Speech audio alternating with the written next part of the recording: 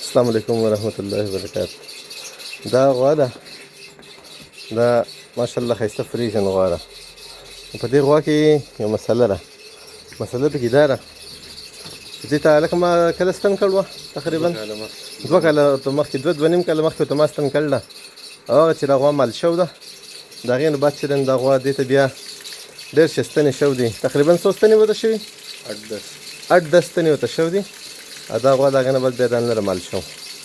نو دا اصل کې وجه دا نه ده، مونږ وایو چې د چا په غوا کې مسله وي، یو ته یوه ستن ورته وکړه ونه لګېده، 2 ورته وکړې ونه لګېده، 3 ورته وکړې ونه لګېده، د هغې نه بعد بیا غوا چېړی راچېړی ما بس کوي پې بیا دا غوا په الټراساونډ باندې وګورئ. دې غوا کې دننه مسله سره دا غوا لږې ولنه، دې کې غوټه ده، دې کې فولیکولر سیسټ دی، لیوټیل سیسټ دی، دې کې بل څه مسله ده که نه چې دا غوا ولې نه لګي.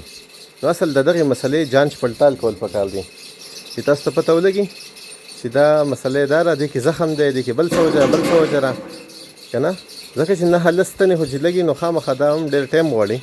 نو تقریبا 9 ستنو مطلب دا چې 8 میاشتې دې وچه وساتله، او هغې نه علاوه خدای خبر چې په هیټ کې به کله راغل وه، 2.5 کاله مخکې لنګه شو ده. نو خبره مقصد مې دا دی چې کله ستاسو غوا دا د 1 ستنې سو نه لګي، 2 ستنو سو نه لګي، نو 3 ستنې وکړئ یا د 3 ستنې نه مخکې دا تاسو چې دی یو پیر غوایې ته ښایي، غوایې ته مو ښایي، خو که تاسو پې زړه اوبه نه څکي نو ښه خبره دا ده چې دا غوا تاسو په دغه وکئ، دا غوا تاسو په الټراساونډ باندې وګورئ، چیک یې کئ، یا په ماهر ډاکټر باندې دا غوا وګورئ چې په دې غوا کې دننه مسله سره چې مسله دې معلوم شوه، انشاءالله تعالی ستاسو ښې غواګانې دا به د ضایع کېدو نه بچ کېږي. ګوره دا غوا اوس ته قیمتي غوا ده چې بلار وایي نو دا 2 لکه روپۍ دي، خو چې دا وچه وخته او دا خرابه شوه، بچېدانۍ خرابه شوه، نو د دا چې ده بیا تباه او برباده ده، بیا څه فایده څه دغې نشته. نو ښه خبره دا ده چې تاسو د ښه ډاکټر، قابل ډاکټر، ښه او قابل ډاکټر مطلب دا چې مستند ډاکټر وي، سبق یې ویلی، سنډاسي نه وي چې سبق یې ویلی، دغه ډاکټر انتخاب وکئ او د هغې نه چې دی نو خپل غواګانو له علاجونه کوئ.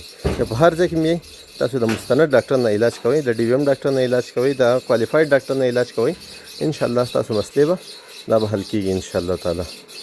ډېر مننه، د الله په امان. السلام علیکم.